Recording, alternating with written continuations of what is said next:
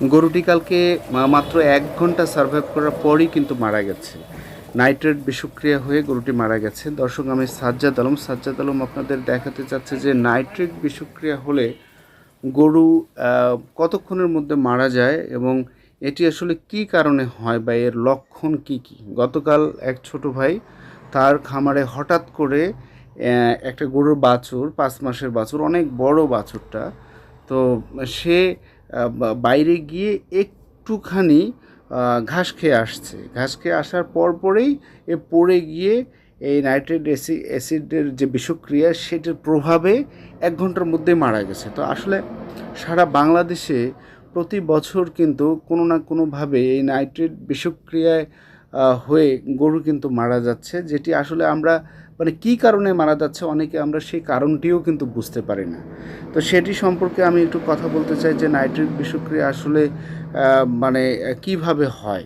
আসলে দেখুন, অনেক দিন বৃষ্টি না হওয়ার ফলে হঠাৎ বৃষ্টি যখন হবে তখন কিন্তু ঘাসগুলো মানে একদম দ্রুত বাড়বে। এই ২-১ দিনের যে ঘাসগুলো খুব দ্রুত বাড়ে, সেই দ্রুত বাড়ন্ত ঘাসগুলোতেই কিন্তু নাইট্রেট অ্যাসিডের উপস্থিতি কিন্তু সবচেয়ে বেশি থাকে এবং সেই ঘাসটি যখন খায় কোনোভাবে এই গরুগুলা, তখন কিন্তু এই বিষক্রিয়াটি হয়ে গরু কিন্তু আক্রান্ত হয়। তারপরে এই যে অনেক অপরিপক্ক ঘাস আছে যেগুলো এই যে গ্যামা বলে, শ্যামা বলে, হেলেঞ্চা বলে, এই ঘাসগুলোতেও কিন্তু শুধু যে গ্যামা, শ্যামা বা হেলেঞ্চা ঘাস বিষয়টি তা না।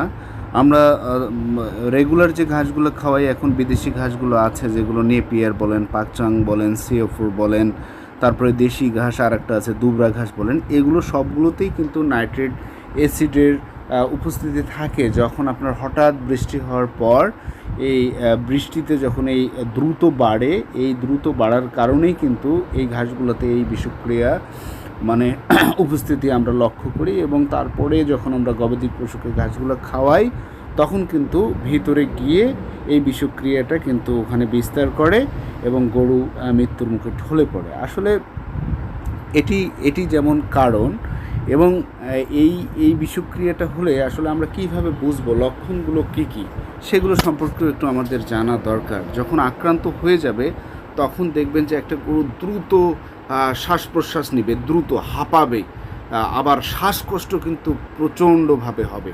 তারপরে পেশির মধ্যে কম্পন দেখা দিবে, মাটিতে শুয়ে পড়ে মাথা একদম কাত করে রেখে দেবে, কিছুটা লালাক্ষরণ হবে, সেক্ষেত্রে পেটে শুল ব্যথা হবে, ডায়রিয়াও হতে পারে, ইনস্ট্যান্ট ডায়রিয়াও হতে পারে।